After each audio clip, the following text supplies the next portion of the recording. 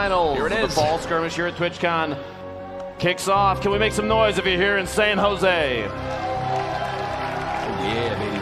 Oh yeah. All right, Jack. Question for you. Yeah. You know you are an absolute dominant player. Do you go to Tilted and make it your own, or do you avoid, because you know that those two teams have sparred back and forth repeatedly, which means you have maybe an opportunity to third party? As a player, would you go there? I'm almost more worried now at this point about Zexro and his teammate coming in. Vinny, yes, thank you. I'm more about them coming in, because it seems like each game they've looted, gotten full shields, and then rushed into Tilted and tried to third party that fight or get involved as early on as possible. I don't think that strategy from them is going to change. We'll see how it plays out here. The map obviously getting filled on in everywhere by those different arrows, by people landing and looting on up. Basically every single area getting touched here. And we've seen a number of players hit the same spot pretty much over and over again. We saw Dusty Divot, the same teams landing there. Ghost, Aydan, and Nickmercs. Straight out of Tilted Towers. Those are your cumulative stats. By the way, 9 Elims, 2,758 damage dealt. A little more than that damage received. Quite a bit of wood acquired. The materials used, only 5,180. It does not surprise me because Tilted Towers has quite a few wall structures that are already built. Yep. Got Nick looking like he's already picked up some shield, rotating around inside. Aydan, Nick, not shielded just yet. That 6-shooter picked up for only a moment and then replaced. Gray burst, now the gray AR. He's got a legendary heavy sniper rifle, good for, I mean, a body shot with that still does 157 damage, so Godnick's not safe from that. Neither is Super Evan. They have to be over that. You know, another full shield or anything can make them quote-unquote immune to an instant knockdown. The grappler, though, here from Nick, I would not be surprised if when they both feel ready, that grappler is going to be utilized to get all the way up on top of that big gray building that the opponents have always landed in. Yep. Try and get a drop down on him. He does have a trap as well. They're going to rotate away, actually, towards the basketball court. Maybe looking for more loot, because Nick doesn't have any shield. Only 98 players remaining. Here we go. Tempo, Jamok.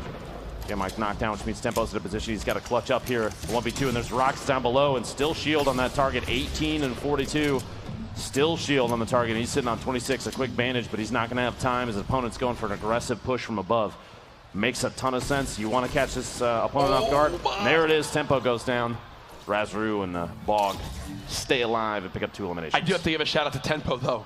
Razru had over, I think, 175 HP, and that's how close Tempo got him with only 40 health left in his inventory. Rizar now knocked. You got to think this is not looking good. Cannot build, cannot really defend himself. Not a lot of ammo left for R7, and there's a player with a sniper on top of the mountain. There goes Tomo. Screwpools there with the Elims. That's 2 Elims for them, but there's already another team here already looking for another fight. Will they glide around in is the question. How weak do they think Screwpools and R7 are? Going for the snipe. Oh, goes for it. No shield on that target. He's going to go for the repeat. The grenade, basically a perfect throw there down to 4 HP. Mowgli's going to panic a little bit and gets caught off guard by Payne. Payne with perfect grenades right there. Look at Payne's sitting by itself there, just northwest of Leaky Lake, and another one at Viking Village. I don't know. I'm hoping that whoever that is up there, hopefully they realize that they're both alone and right next to a crate, Jack. They're worried it's bait. You know that feeling. Absolutely. The amusement area of Dusty. Those are good opportunities to harvest a ton of metal simultaneously. Nibs and Korea to fight. You got to think that this looks like Zoof's fight to win. Crowdot just staying alive for a second, looking all around. Zoof, so much HP compared to his opponents here. Matching the builds, beautifully done, no hesitation. He wants to edit on in here. Can he hit the shot? He does. There goes Nibs. Wondering where the teammate is. It will wind up being Korea on the other side. Korea's just falling down towards the low side. Crowdot hears him, so Zoof's going to sprint right on over. Great teamwork here. Minigun is excellent at removing any building your teammate Good luck, opponent might put down. Yeah. Kind of doesn't matter how many rounds, how many materials your opponent has. If you've got enough ammunition, they're not going to be able to outbuild that thing. But he runs out of small ammo, so it turns into a push opportunity. They're trying to track this opponent underneath, and there they might find him, get a tag. 41 damage, the dual pistols.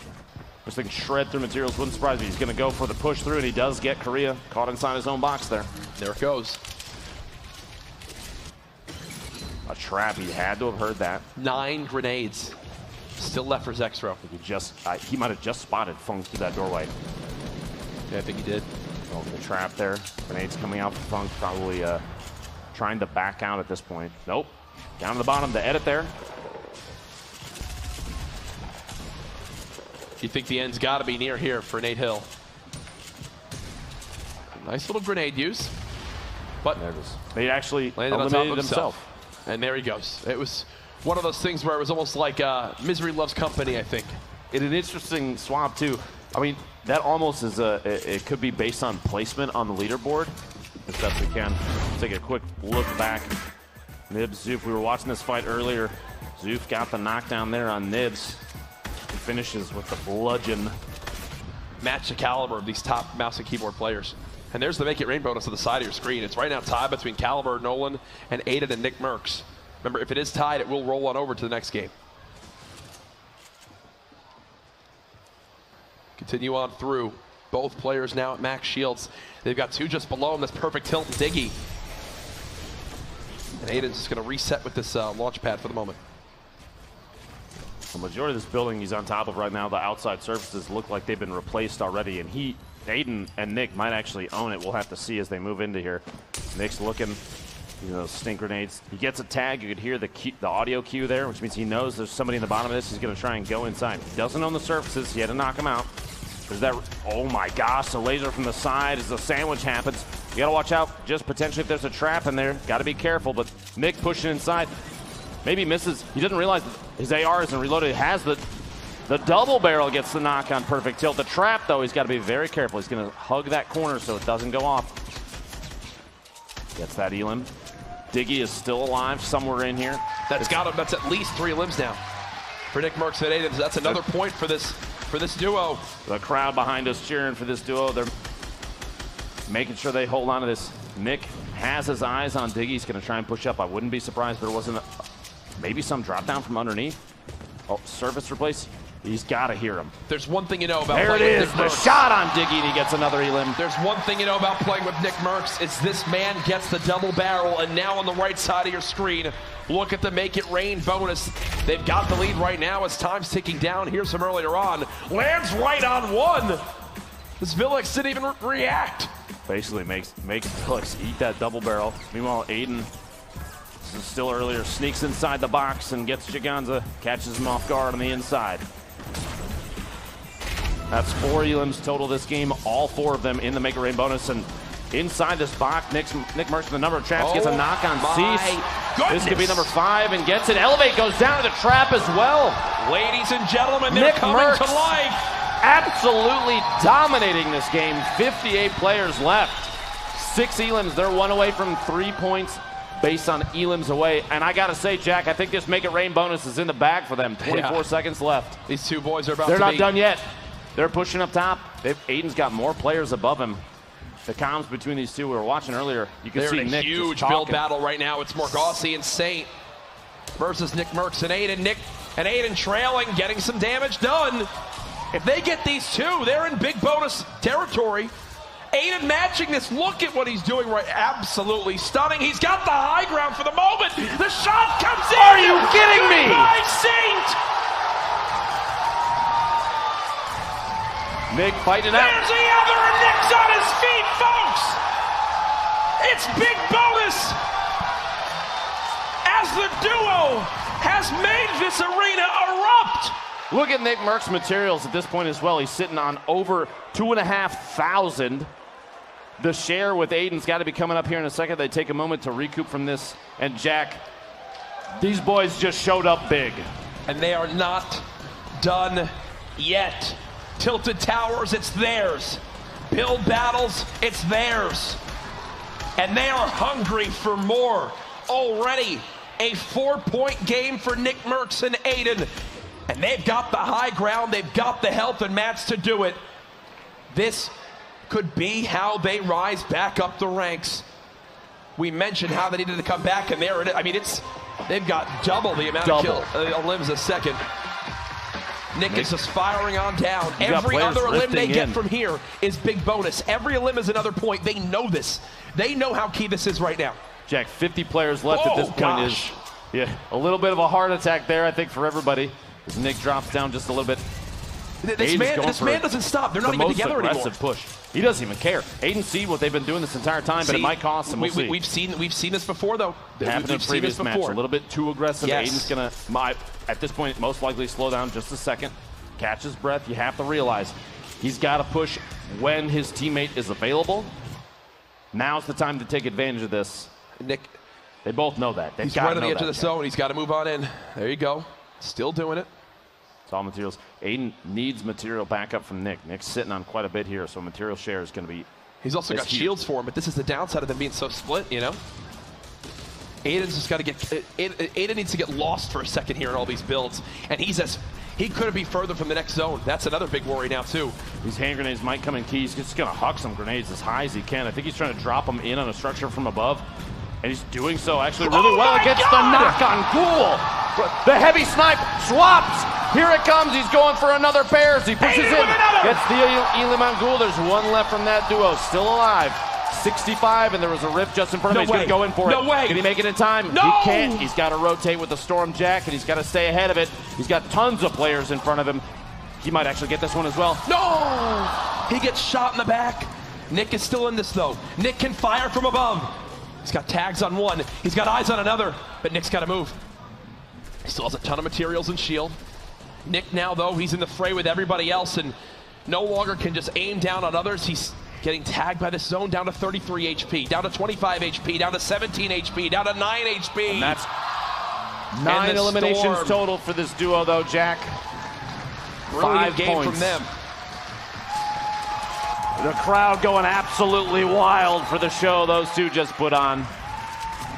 30 remaining, 8 seconds until this circle closes, and Nolan is missing his teammate, taking shots there as he catches players trying to rotate.